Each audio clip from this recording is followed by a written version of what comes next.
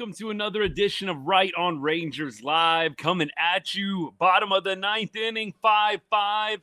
We've got Rangers, we have got the Astros, and we are in quite the thriller here, man. It is going to be something else with this finish. We had a 4-1 lead. We had a 4-1 meltdown by the bullpen. Josh Jung, though, can do a lot to make people forget about that, though. You'd love him to just keep it simple here. JJ has been so good, but you just got to hit the ball oppo here. You got to get this runner to third. You could hit a ground ball right side and do a job here. I know that he's been such a big hitter, but you'd love for him to just totally keep this within himself. Single. What? What? What?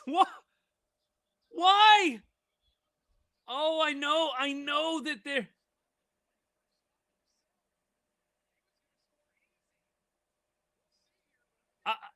I know there's no outs, but what are we doing?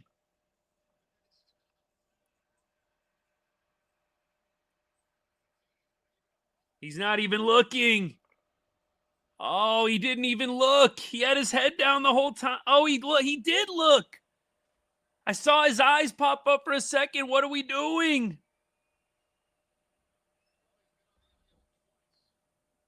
Oh, my goodness. Look, there's a lot of time here, and there's outs on our side, but I just cannot believe what happened. I mean, Jung going to second, it's a little inconsequential with Wyatt being on third. I mean, it leaves the base open. They could walk Nimmo. Look, that is a bad mistake. I really hope that doesn't come back to get the Rangers. I don't even know what Wyatt is thinking. He can see that the play is taking the left fielder to his right. Like, you can tell when you look at that ball that it's going to the right.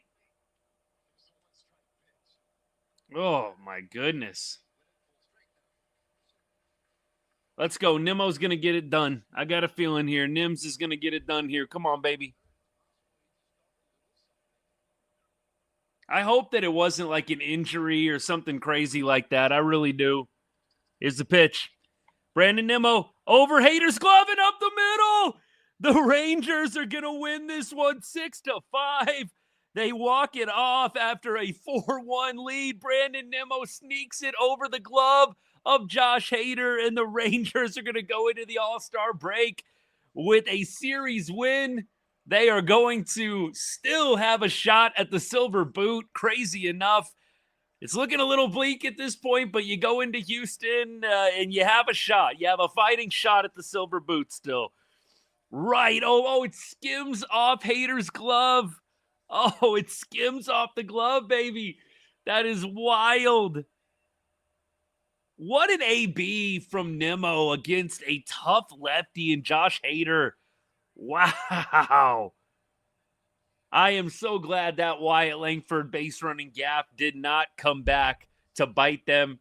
Look, it was going to take an epic fail for the Rangers, second and third, nobody out, to not get that done, especially with Nimmo, Berger, Duran coming up next. But, man, I hope that wasn't anything injury-related with Wyatt.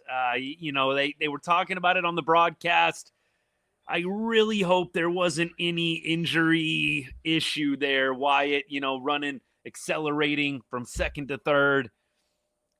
That is not going to be good if that is what it was. Maybe it is just Wyatt Langford not really paying attention, not really feeling like he was going to be safe on that play. Who knows? That's the kind of stuff you'd love to ask post-game. You don't always get privy to that information. You'd love to know what was going through Wyatt's mind there, man. Whew. Yeah, look, the Astros fans, a couple of them might show up, but a majority of them are going to give it up today. They're not coming on here. A couple of them are. And you know what? I respect. Nothing but respect for those people that still show up even after an L, because Lord knows I'm one of them, right? We're here every night, win or loss. So if we get a couple Astros fans coming in the chat, you know what? I at least respect it a little bit, man. But what a win today for Texas. You have so many different ways that you can angle this one, but I want to start with MacKenzie Gore. MacKenzie Gore, on 3 days rest today, gave you an incredible outing. There was no way that the Rangers were going to win this game unless MacKenzie Gore started it. I know that we can't go back and do the butterfly effect thing, but if you have another starter in this game, not MacKenzie Gore, there's just really not a way I see a win as plausible. And MacKenzie, he retired 9 straight at one point, 4 innings, 1 earned run, 4K. It just gave you an outstanding chance to win this ball game. And so I'm starting with MacKenzie. He definitely did not have to pitch. It's not like Skip or CY was forcing him to pitch. He volunteered. And that is a lot of heart. That is a lot of grit. You love it. And you just so much appreciate the effort that he put out. I think that goes a long way. And you know, it should. I know I've been hard on MacKenzie Gore. I have railed on his lack of consistency. And look, you know, he has an opportunity here to build on this. Right? So you had a really bad start against the Angels. You have a really good start, albeit only 4 innings, but nevertheless, now you got to go do it again next time out. It's consistency. You know, this isn't some Gore apology tour. I think that the criticism on MacKenzie Gore is warranted at this point. He has got to be more consistent, but this should elevate him in the minds of Rangers fans. We have got a lot of guys injury prone, you know, different issues here and there. Obviously, the biggest name being Corey Seager. And we're not going to get into the psychological nature aspect component of this. Injuries are injuries. But man, you love to see a guy willing to push it. You love to see a guy willing to really go past the limits. 3 days rest. I mean, I know that that's not like the most wild thing you've ever heard, but still, in a game in early July, it's impressive. It is impressive. And so MacKenzie Gore, player of the game for me on the pitching side. I think that's a pretty easy one. We'll talk about the bullpen. What a mess. I definitely have some things to say about the bullpen situation. Jacob Latz, though, showing you why he is an all-star closer. He comes in. He gets the win today. Not technically a save situation, right? But he maintains the 5-5 tie. He pitches a beautiful top of the 9th inning. Nice double play turned by Cam Cauley and Zeke Duran. That was helpful. But Jacob Latz, 1.61 ERA. Looking forward to watching him pitch, hopefully, in the All-Star game. I mean, look, Skip, I don't know if CY and Skip, I would imagine they're going to let him throw. You know, some coaches and GMs, they say, no, you're not using him. I do wonder if they are going to allow Latz to pitch in the game. He's clearly had a lot of use over the last, 72 hours. But I would love to see him pitch. It'll be good just to see him in the uniform and see him there on Tuesday night. But I would absolutely love to see him get into the game and dot it up, man. That would be so awesome. And what a cool moment that would be for Jacob Latz as well. On the offensive side of things, we're just doing player of the game right now. If you're coming in for the first time, Rangers win 6-5 on a Brandon Nimmo walk-off against Josh Hader. Wyatt Langford starts it off with a double. You had then a nice single on a 2-strike pitch by Josh Jung. Beautiful at bat from him. Wyatt Langford, for whatever reason, holds himself up at third base. Probably could have scored quite easily running full speed, but Brandon Nimmo gets the job done. And Brandon Nimmo is our offensive player of the game. Nimmo had 3 base knocks today. And I told you guys on Friday, I felt like the way Nimmo's swinging the bat of late, we're about to get a Nimmo heater for the ages. I really do feel that way. Nimmo, he had 3 base knocks. He is 8 for his last 25 with a 906 OPS. This is his last 25 ABs, 906 OPS.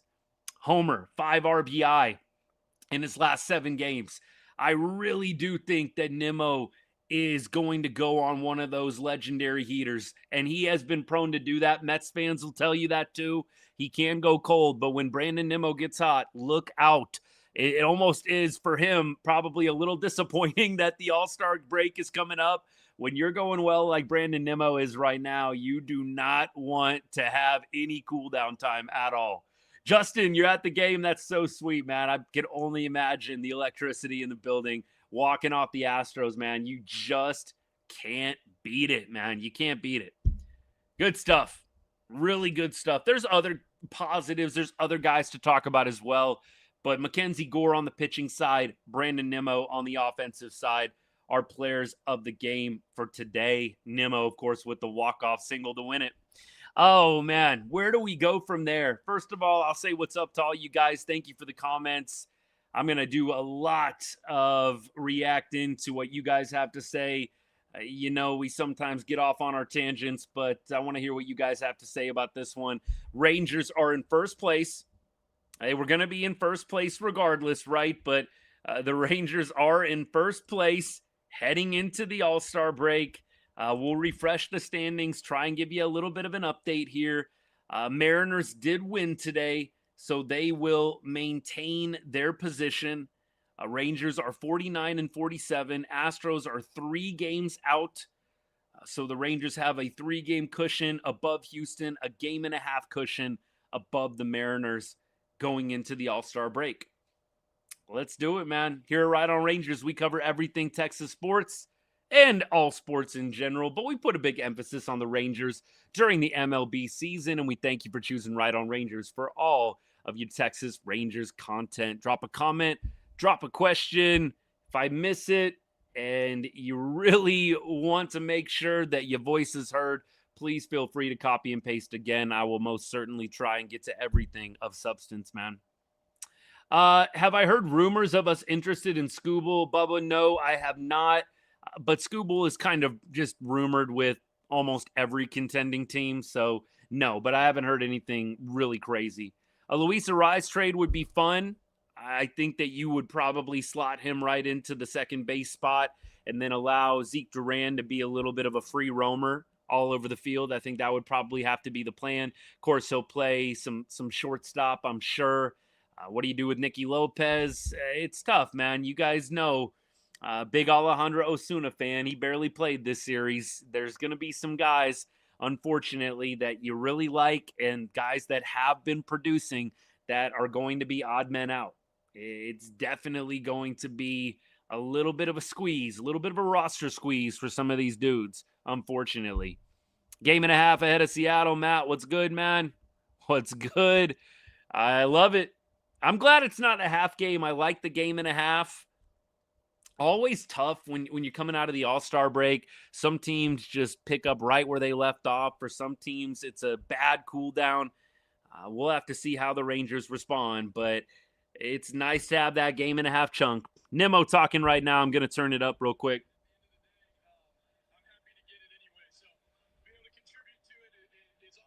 Fifth career walk-off for Nimmo.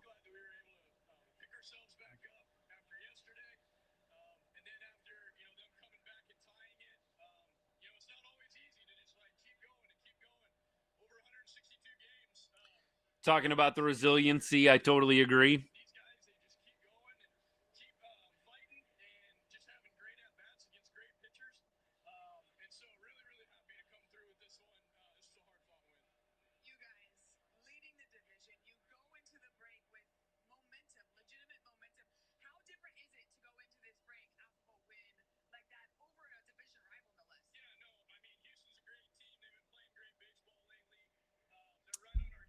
How has Houston been playing? I mean, they're not. Houston didn't come into this series crazy on fire, did they? I'm not trying to be nitpicky with what Nimmo is saying, but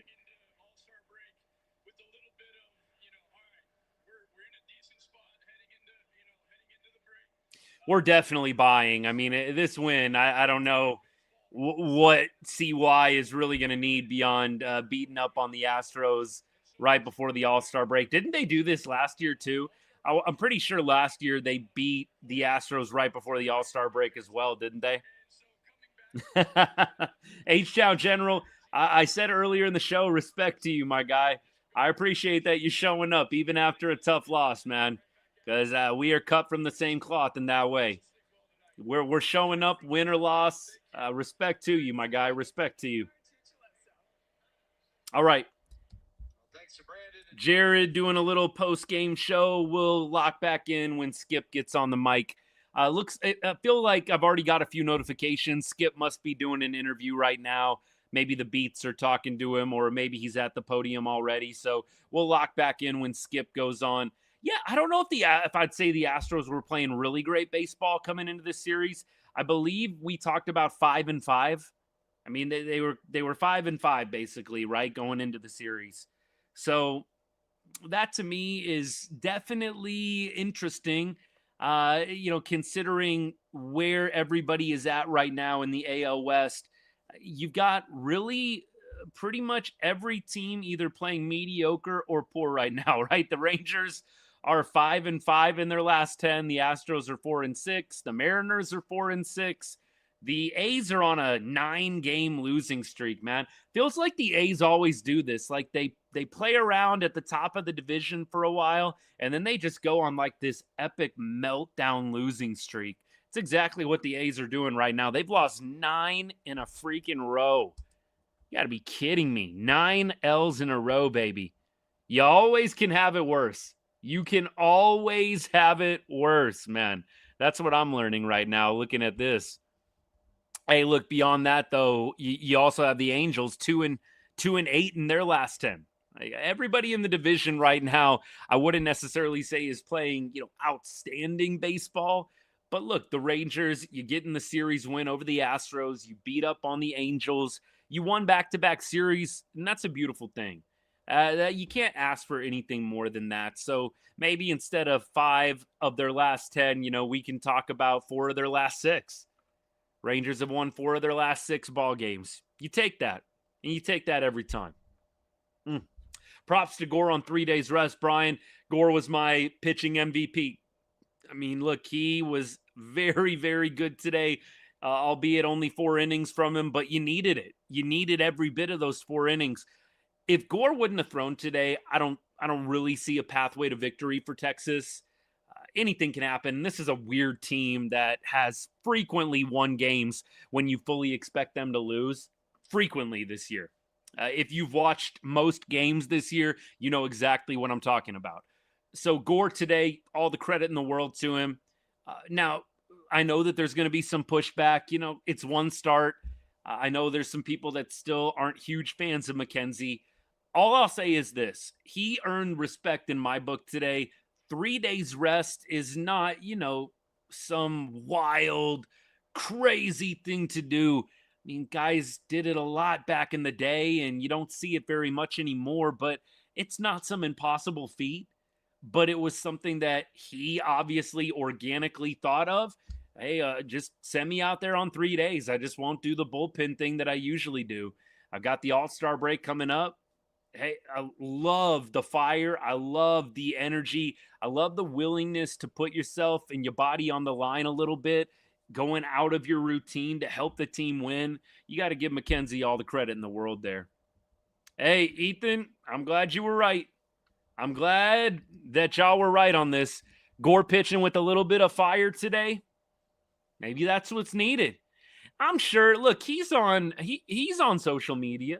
He sees what people are posting, and he sees what people are saying about him. I believe, if I'm not mistaken, I'll do a little name dropping. I believe he's actually reposted on Instagram a couple of my reels. Now, I don't think any of them were super negative. I think most of them were like maybe after a good start. But MacKenzie's definitely on social media. I'm sure that he has seen some of the negativity surrounding him. And to be fair, I questioned it, man. I said in my last reel after the Angels start where we lost 13-1, I said, it's very fair to feel uncomfortable about the MacKenzie Gore trade. It's very fair to feel that way. I think that this is a great stepping stone. Now Gore just has to lock that consistency. I actually don't think that this start should really surprise anyone when you look at the track record for Gore in 2026. You have him, good start, bad start, good start, good start, bad start. Maybe he doubles up on a bad start and then gives you a couple good starts in a row. It's just tough, man. I really don't think that a good start after a bad start is super out of left field for Gore. He's kind of done it all year. Now you just have to see if he can do it on a consistent basis over a period of, six starts, 7 starts, something like that. Wait till next year and let's see how I feel about what? Going to the first ever game. JN, finish that comment. Give me a little more clarification. Good win for the Rangers today. Yup, absolutely. Absolutely. Go look at Gore first half when he was an all-star. Second half for Gore is going to be like his first half. I hope that that's right because he did not have a good second half. MacKenzie Gore did not have a good second half last year. So I hope we do get the inverse of that. Absolutely. Yeah, bullpen is definitely something that we're going to have to address. I think what you have to consider, I definitely saw a lot of people getting upset with Skip again today. I think you have to pump the brakes a little bit with today. Skip is working with, just listen, he's working with 5 rookies, an injured Chris Martin, an injured Robert Garcia, Cole Winn, Tyler Alexander, and Jacob Latz. And Jacob Latz honestly doesn't even belong with that group. He's in a league of his own. Like, let's be real here. We have not very much at the Skip's disposal. We don't have very much that Skip really has to work with here. I mean, look, it definitely hits me more on different days, on some days versus others, but a lot of people are like, why didn't you leave Cole Winn out there? I mean, because he's been bad when you ask him to go multi-inning. Like, that was kind of the thing I was seeing. Why didn't we just leave Winn in the game? Why are we going to Peyton Gray?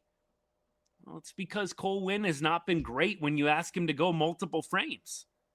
He's been really good in like 1 inning, 2 outs, I think is what he got today.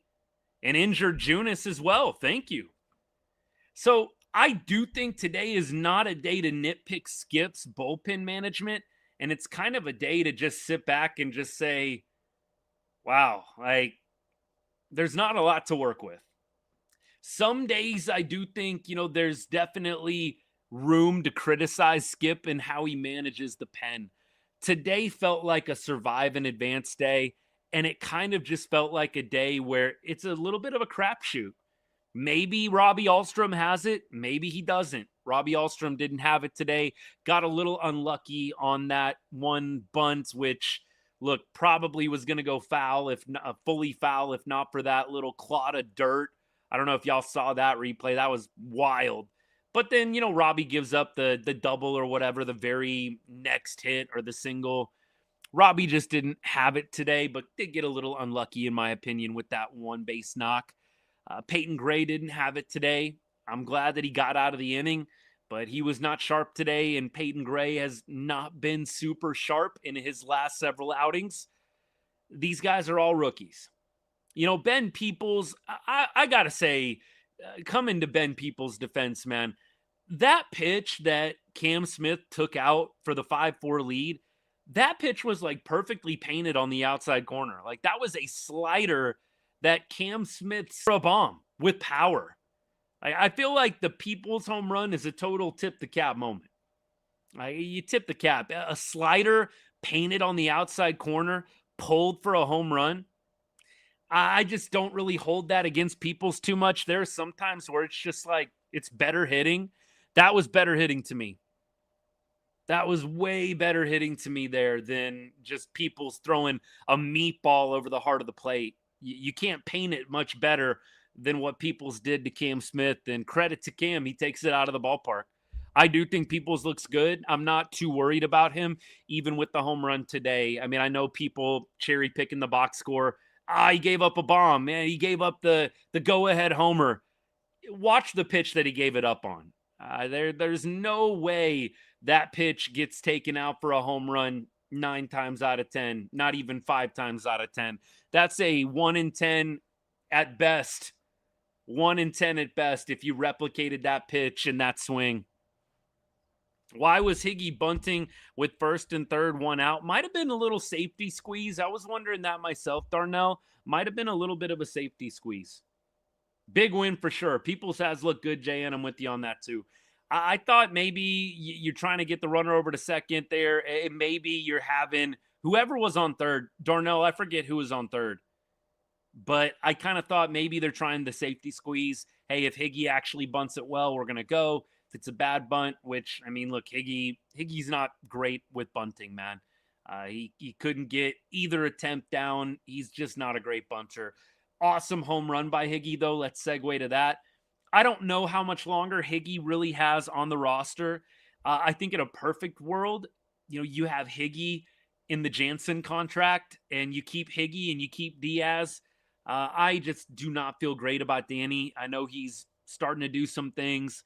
I just think because of the expiring contract, Higgy is probably at a spot where he is playing some of his last games as a Ranger. I know there are some Higgy fans out there. I definitely want to see the guy do well. I just don't know if it's going to work. You've got Elias Diaz playing well, playing a great backstop, calling good games for the pitchers, and hitting the ball well. I know he didn't do anything today, really, but by and large, the man's been hitting well. He was 0 for 1 in a pinch hit opportunity for Nicky Lopez today. So I definitely think that Higgy, home run today, huge, to be celebrated, no doubt, saved the game. But I do think his days in a Rangers uniform are numbered. I do think they're numbered. Britt, it does feel that way sometimes, right? Higgy's either going to come up like super clutch or you're going to get a strikeout or like a weak pop-up or something crazy. Bubba, I think Walcott, and I do think Moore probably will be off limits. Moore definitely as like one of the only viable catching prospects.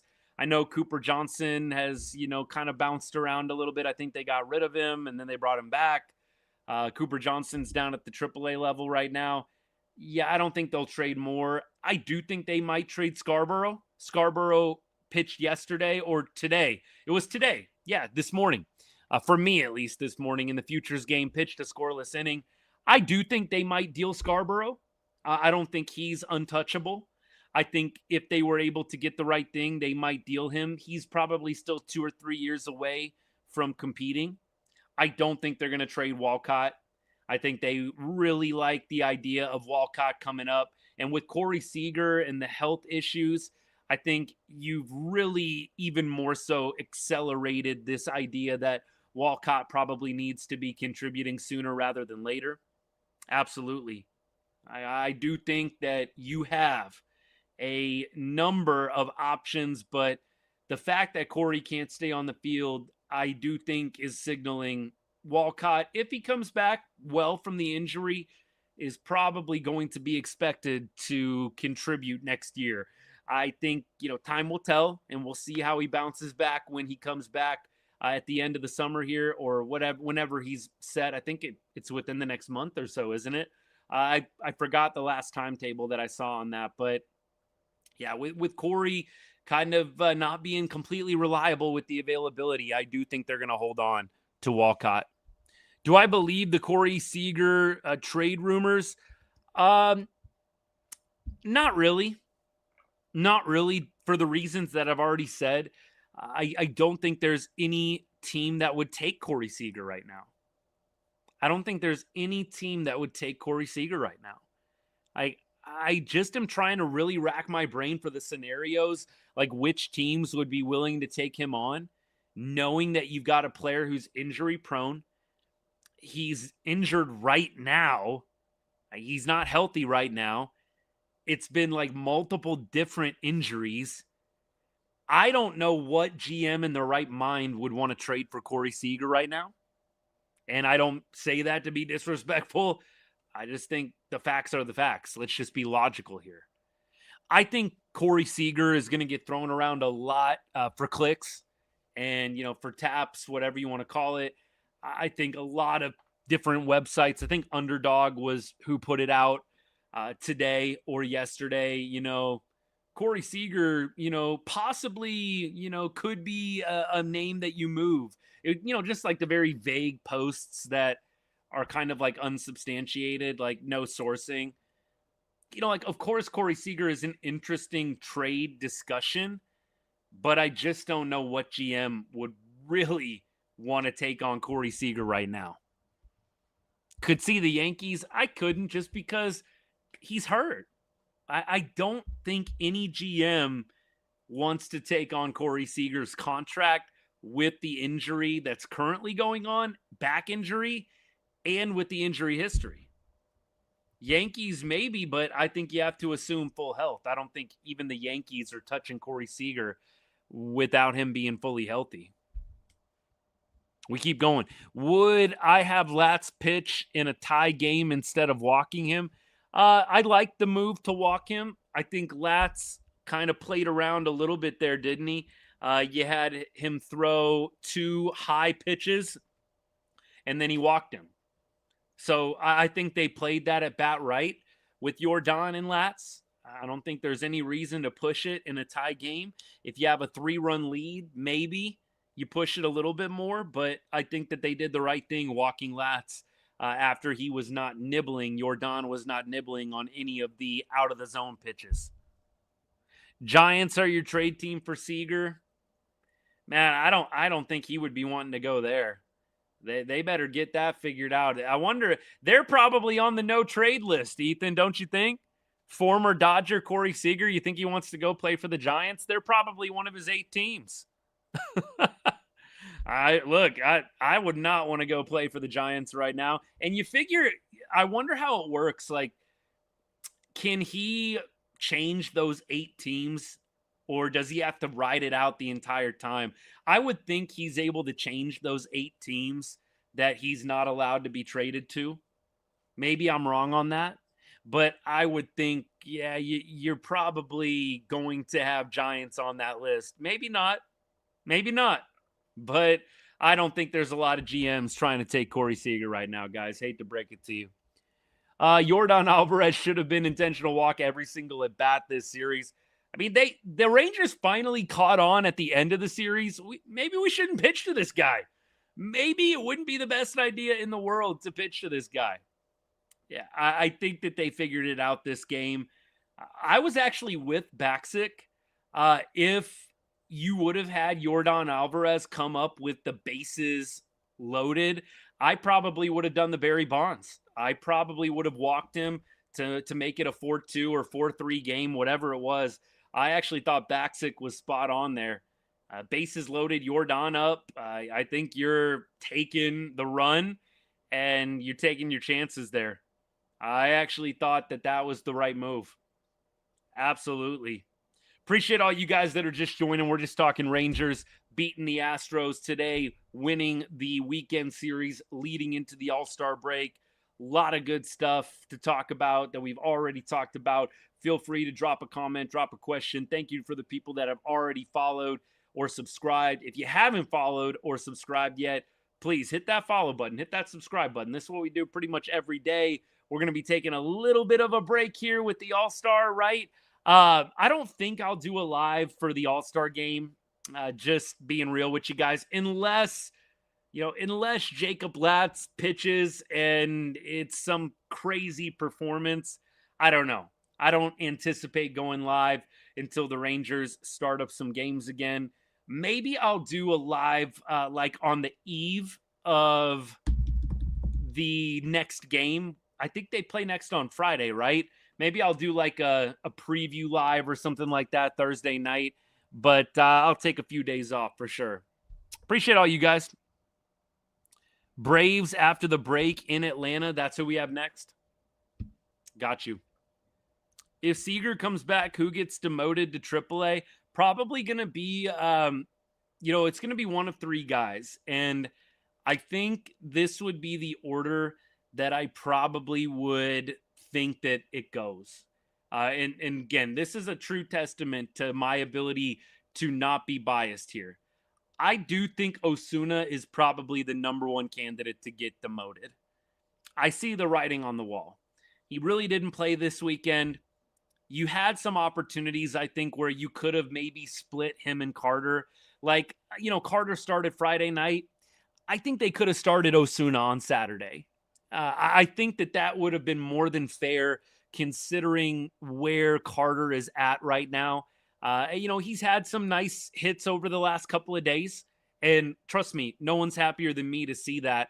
I think some people get it twisted, you hate Evan Carter, don't want to see him do well. No, I'm going to post every time he does something good. I want to see Evan Carter do well. But I would have thought that Saturday would have been the day to play Osuna after Carter's Friday night game. But they just clearly don't want to play Wyatt Langford in center field, and they're not comfortable enough playing Osuna in center field.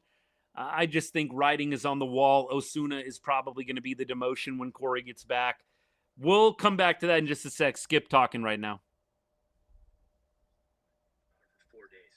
Usually you have the next day to go ahead and play another game and forget about it. But you would think about it for 4 games. At least I would. I feel really good about flying to see my daughter play a soccer game now for the next couple days, and she won't see me in a bad mood, which is great. Just a much different experience, going into the All-Star break and feeling good going into Atlanta. Nimmo just told me, soaking wet by the way, that he still feels like y'all haven't played your best baseball as a club. Bigger picture, I guess, what are you telling these guys for the next couple of days where they have off that will allow you guys? A lot of feel-good stuff in the presser. Nothing crazy being asked right now. The guys that have filled in because we haven't been healthy have done an outstanding job. I mean, Nicky Lopez play, to his left. Let me know if some of you guys are watching the Skip presser. Let me know if he says anything interesting. I'll try and keep my ear peeled, but I'm going to keep talking.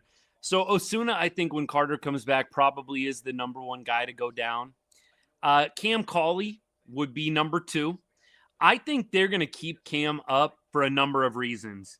A, he's fast. You can use Cam Cauley as a runner off the bench. You can use him as a defensive replacement. He's very well heralded for his defense. Cam Cauley is a great defender. So I think he's got those two things going for him in a big way, right? You've got speed and you've got defense plus, and you've also got defensive flexibility. That would be number 3.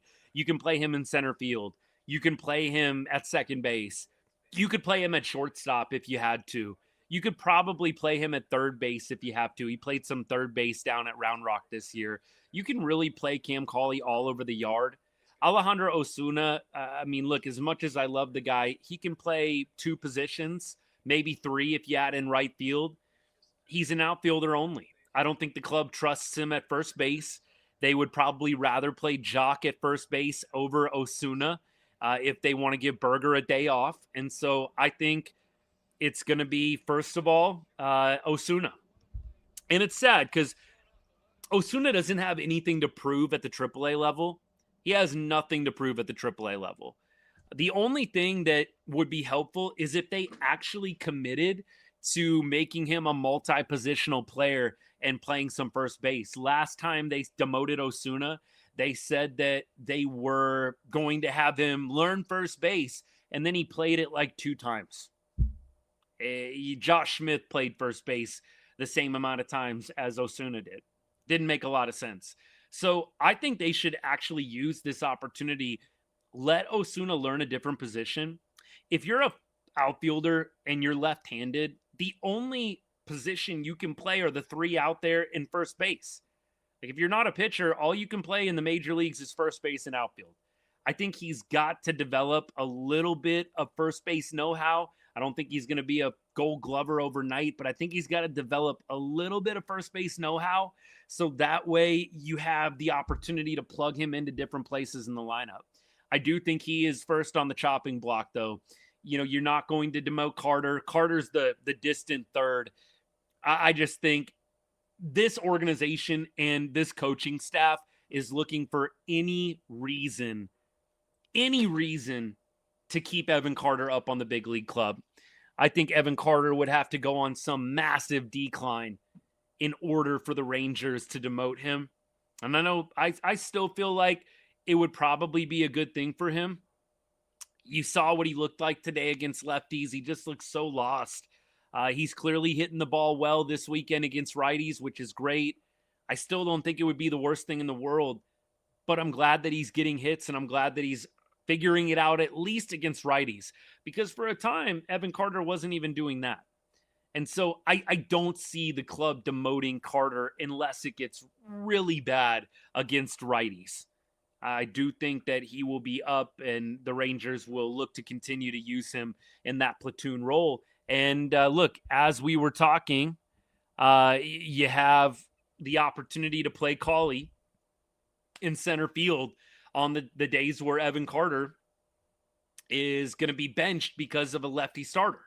So that's another reason why I think Cawley stays up as well. He's the more natural center field choice out there.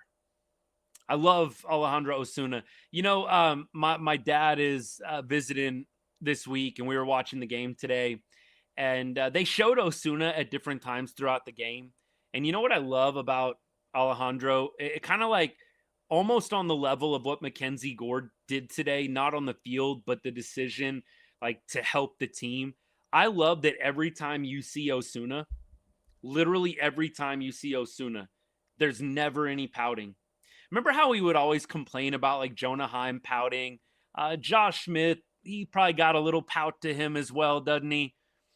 The Rangers have had some pouters over the last couple of years. I really appreciate a dude that's getting benched, even though he's pretty hot at the plate. Like, he just ignited the 9th inning rally on Thursday against the Angels. Gets benched the next 3 days. And the dude is cheering on his teammates, going crazy for every hit. He's fanning down Zeke Duran in the dugout right after Zeke comes around to score. I love that, man. I love that. That tells you something about a man's character, about Osuna's character. Dude wants to see other people do well. He's not insecure. I'm sure that he's pissed off that he's not getting opportunities, because what player wouldn't be? It's very few players I know personally, very few players in general that want to ride the bench.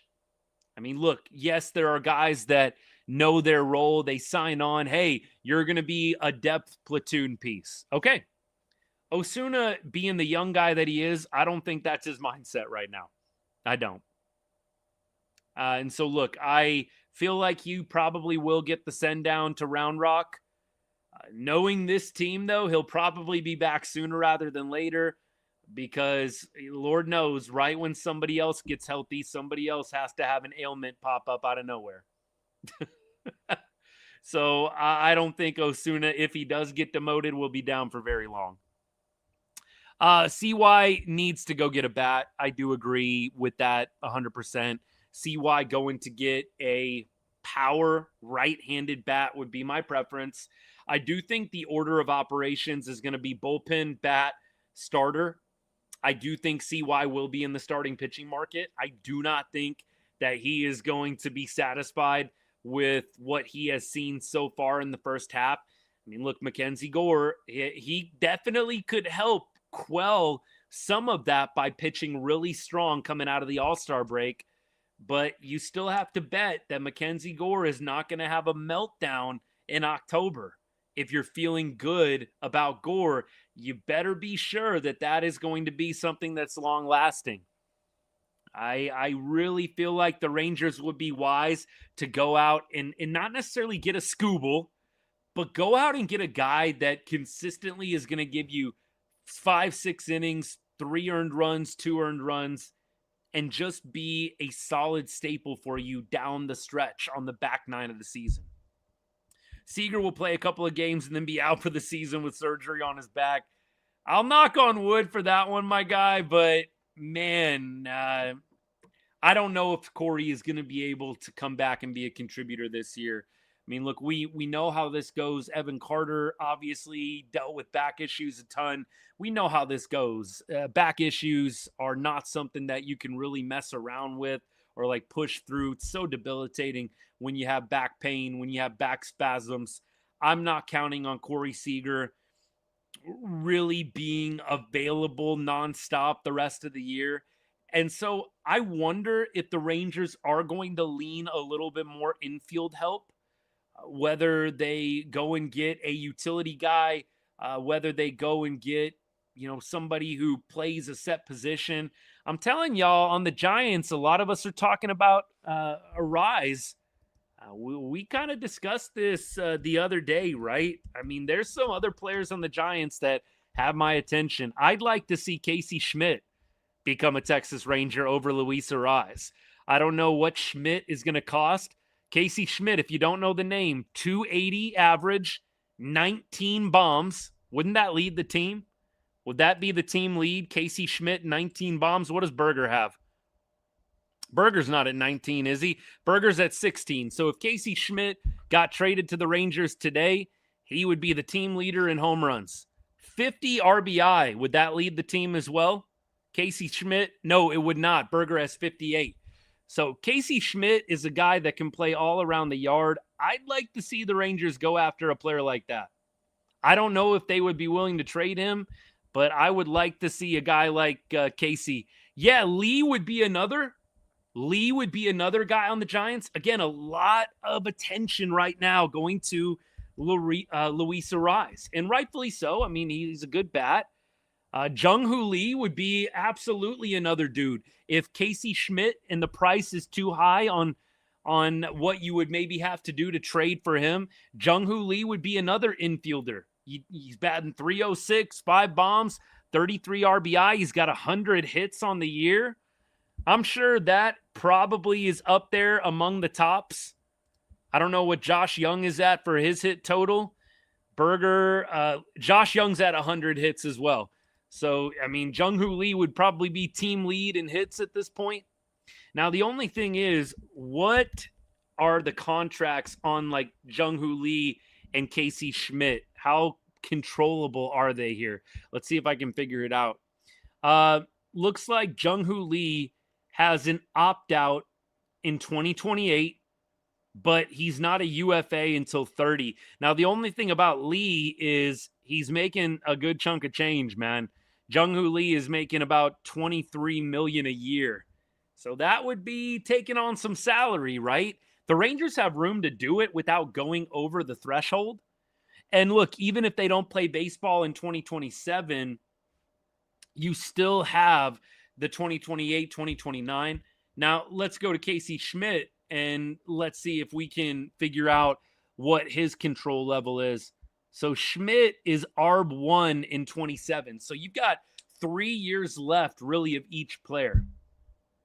I like those two guys more than I like getting Arraez.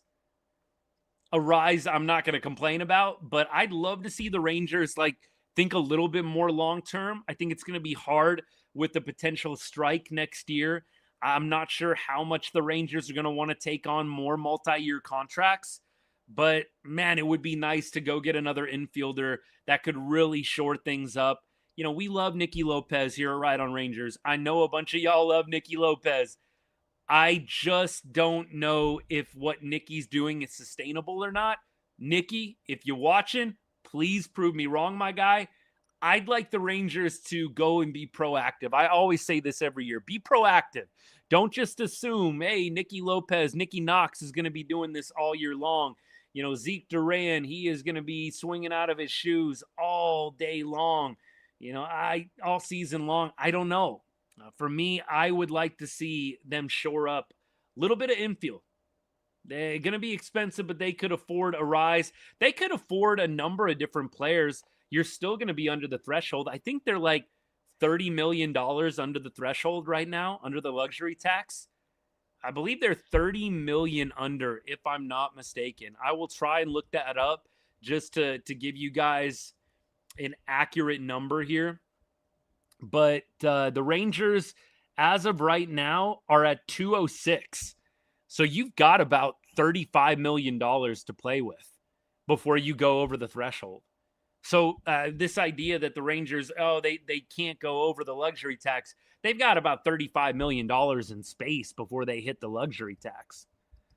I mean, we talked about this relentlessly in the offseason. Like, man, you could spend $10 million more on somebody and still be $25 million under the threshold.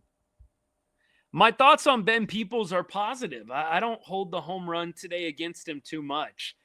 First of all, that pitch that he threw on the Cam Smith homer was painted. That was a slider that was right on the black of the outside corner. Cam Smith, tip your cap to him. The dude pulled a slider on the outside homer down the line for a homer. I mean, it's just a better AB. It's just a better AB. Langford, Carter, Nimmo is definitely the everyday outfield. That's why I say go get an infielder. Lee would be that fourth outfielder. Yeah, but you could move Lee around other places. You could move guys around other spots as well. I still am kind of curious. What are they going to do with Joc Pederson? Are they going to hold on to Joc? I could very easily see them doing that. Don't get me wrong. But I do kind of wonder if their mind is totally made up in that regard.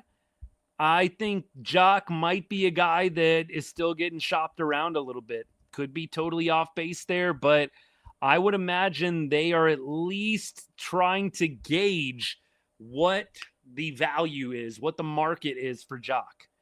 See if you can squeeze just a little bit of value out of that contract. That, to me, is going to be an interesting thing to monitor.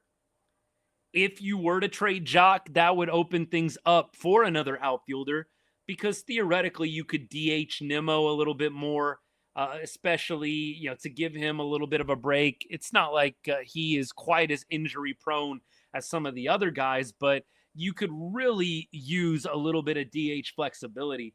Foscue, I think you definitely want to keep him in that role he's in right now. Lefty killer, maybe starting DH against lefties. Maybe you can even move him to second base occasionally. The opening up of the DH spot, though, against right-handed starters, that could make it valuable. And yet, that's why I'm saying, like, if you trade Joc now, if Corey comes back, he can DH. And look, I love what Joc has given us this year, and he had a hit today, 2 RBI. But if you can get a little value out of him, I just don't see, and we can agree to disagree, I just don't see Joc Pederson being the reason why the Rangers make the playoffs or win the World Series. I think the Rangers can make the playoffs and or win the World Series without Joc Pederson in the DH spot. That's my personal opinion. You don't have to agree with it. If I'm CY, I'm at least taking calls on Joc Pederson. Maybe what I would prefer is an NL, National League opponent, National League contender, if at all possible. I don't want to see Joc Pederson get traded to a playoff team that I'm going to have to face later. I want to send him to the NL where I probably won't have to see him again. But that, to me, would be wise. The Rangers could really benefit from some Seager, Nimmo DH opportunities that you're just not going to be able to give with Joc Pederson on the roster. Jung's Whataburger play of the game is the first one he's had this year. Look, I posted about it. I just want all y'all to know I posted about Josh Jung's play, and I gave the man his flowers. I said that's the best defensive play he's made all year, and Josh Jung came to play today. Josh Jung came to play, man. This is a big game right before the All-Star break. Got to give JJ his flowers. He was swinging a hot bat. He had 2 walks. He had a couple of hits. He had a great defensive play.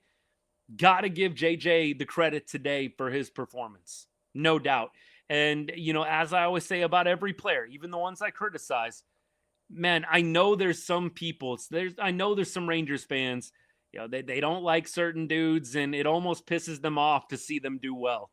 Like Osuna, I can guarantee you with Osuna, I've got some people riled up. Anytime I post anything about Osuna, anger, hatred, I'm like, man, I can't be a fan that way, even though I don't think JJ is a very good fielder. He made a great play today. Wide frame. I think the Rangers should be thinking about what they want to do at third base long term. Not sure how well JJ at third base is going to age, especially considering he's 29 at the start of next year. But he made a great play today, and you got to give him all the credit in the world for that. And you have to give him all the credit in the world, even more so for the bat. The bat's been phenomenal. It has been phenomenal. Some of you, though, I think rightfully so, thinking future-minded. That's the thing. You got to think beyond this year. Some of us have thrown out, man, Duran, Jung, Joc. Are those potential pieces that you consider trading? Duran's been great. I love watching him play. Love the cannon arm that he's got. And you got a lot of infield, though. You got a lot of infielders right now. You got Walcott coming up. You got Cam Cauley right now. You've got Berger. You've got all these different dudes, man. And we're not even considering free agents that you could bring in either. I just think it's going to be a very curious deadline, but it's also going to be a very curious offseason. What happens with the players and the owners going back and forth? What directions long-term do the Rangers want to take? These are all things that I am very, very interested in to see how they unfold. Yeah, I think they might be playing like they got snubbed. They might be, which good for them. I hope it's a kick in the butt. I really do. Feel that Smith would get traded over Duran, but would have more prospects attached. Duran would get you a bigger return right now, no doubt. Duran would 1,000% get you a bigger return. And look, if you trade Duran, you have to go get like a Casey Schmidt, right? You have to go get a guy that's controllable. You have to go get a guy that is going to slide into that full-time infield spot. And maybe Duran is a chip that they use to go and get somebody bigger. Who knows?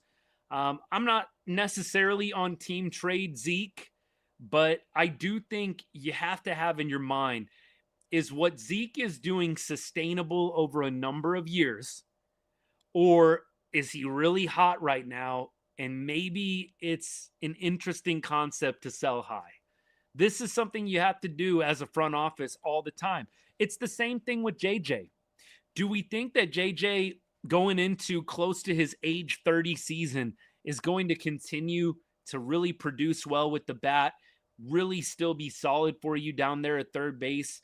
Or should we maybe try and see what we can get for him while it's hot?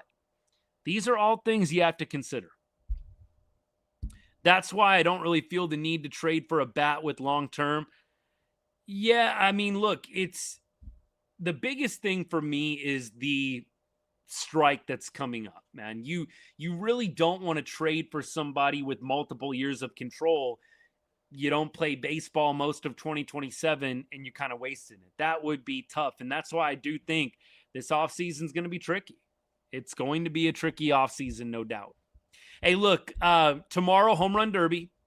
Unfortunately, no Rangers in the Derby, sadly. Look, I don't really know. I was trying to think the other day.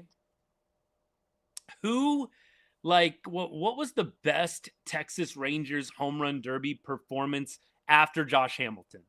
We know Josh Hamilton is the best Texas Ranger Home Run Derby performance of all time.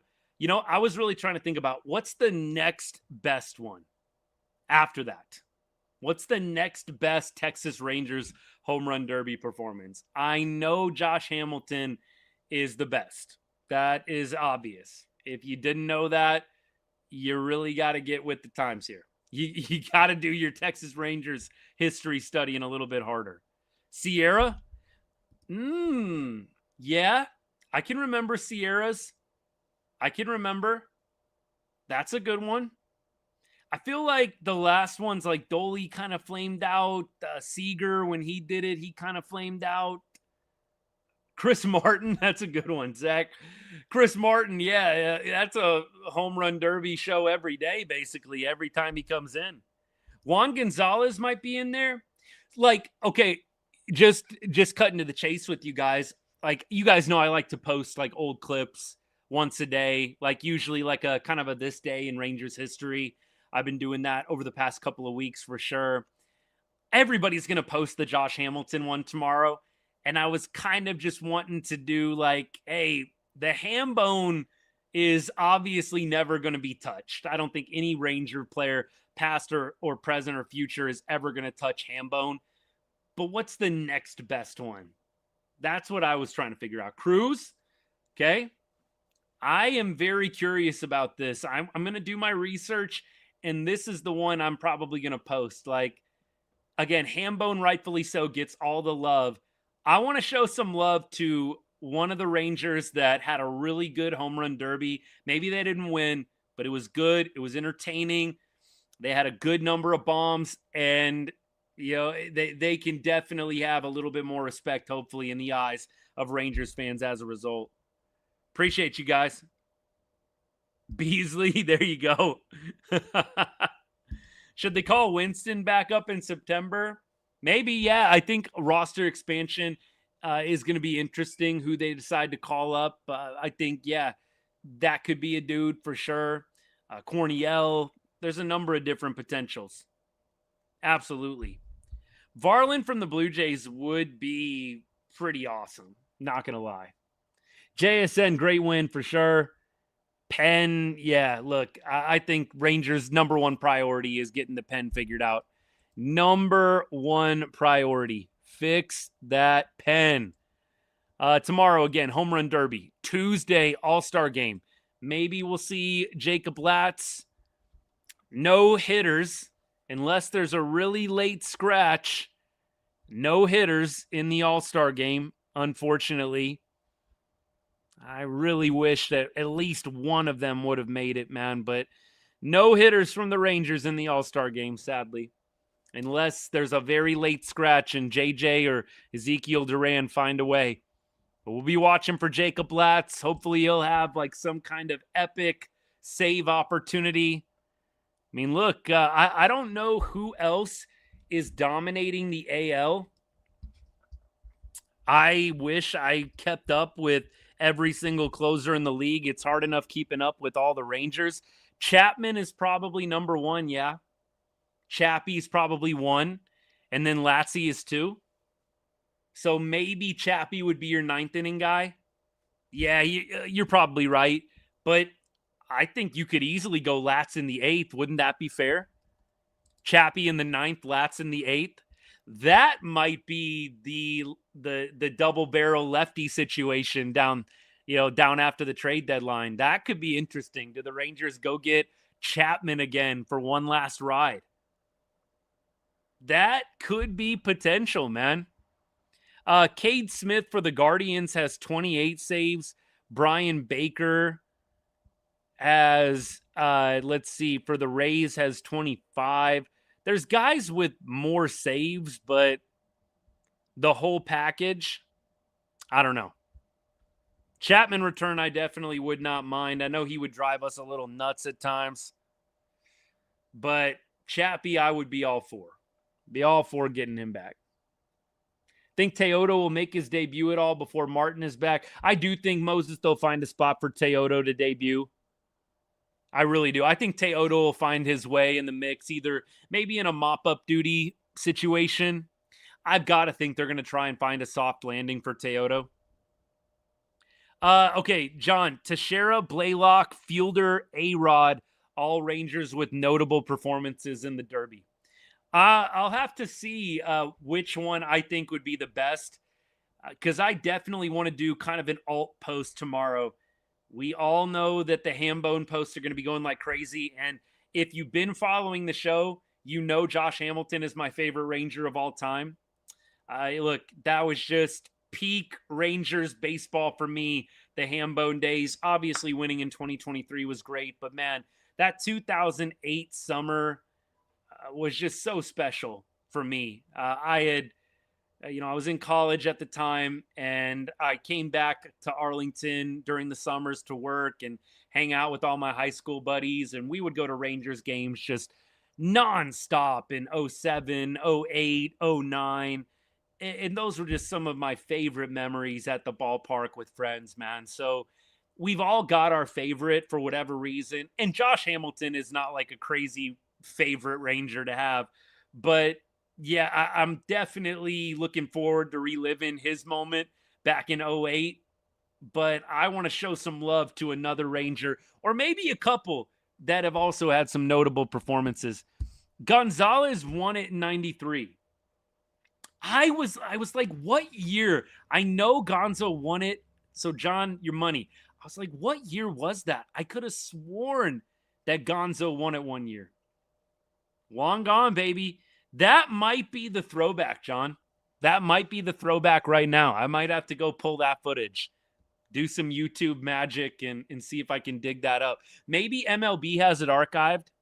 MLB could archive so many different plays. I really wish. I love what they do in Film Room. If you guys have never checked out MLB Film Room, you can literally go and rewatch like any pitch from like any game over the past like 10 years. And then anything pre-2016, they have, you know, just like the best clips or the most memorable clips.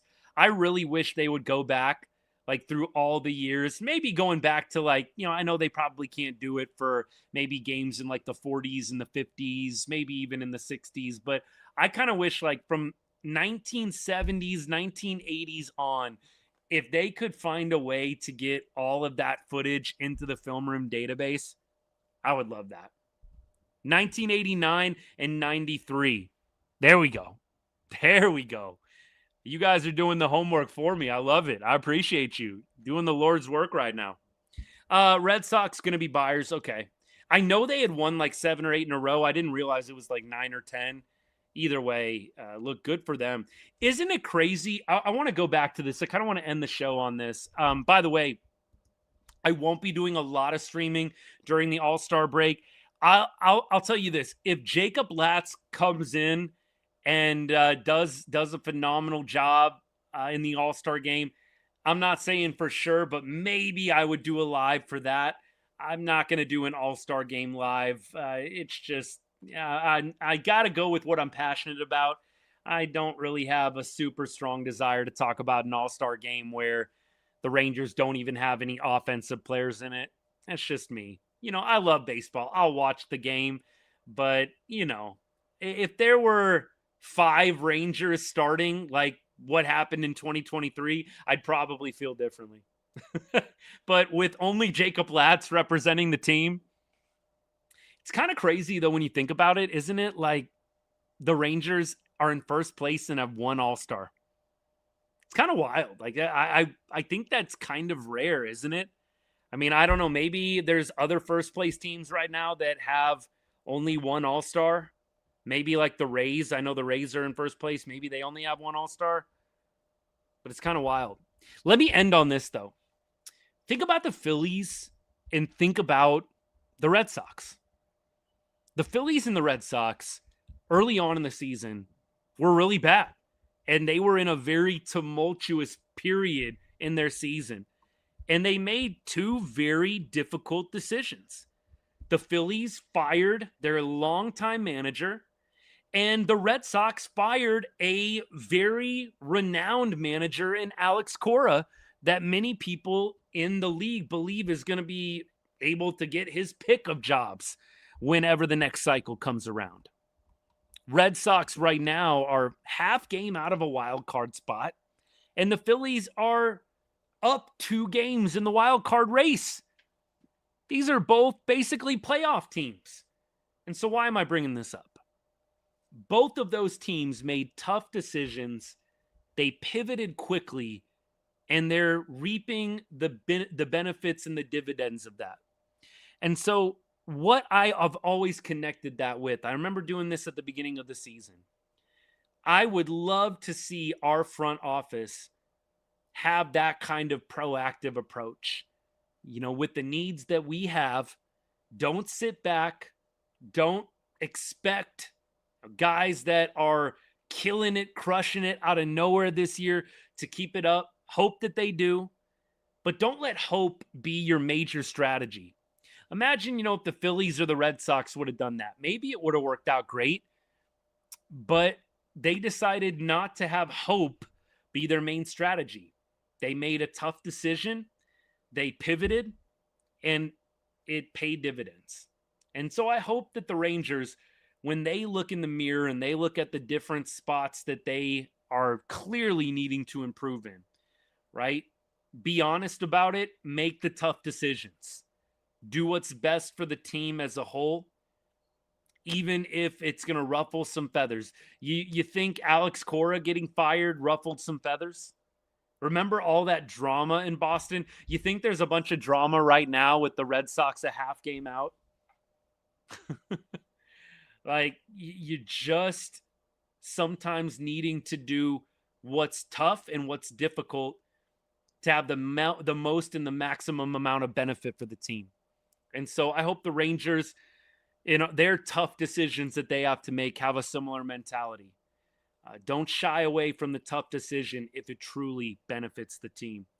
And look, with the All-Star break upon us and the trade deadline coming up in a few weeks, those words are not more relevant. Could not be more relevant. We'll see what happens. We'll go through and we will check comments one more time. Gary, thank you so much for the gift, man. Not needed, but much appreciated. A Marlins Rays World Series. What would they call that series, Brian? What would they call that series?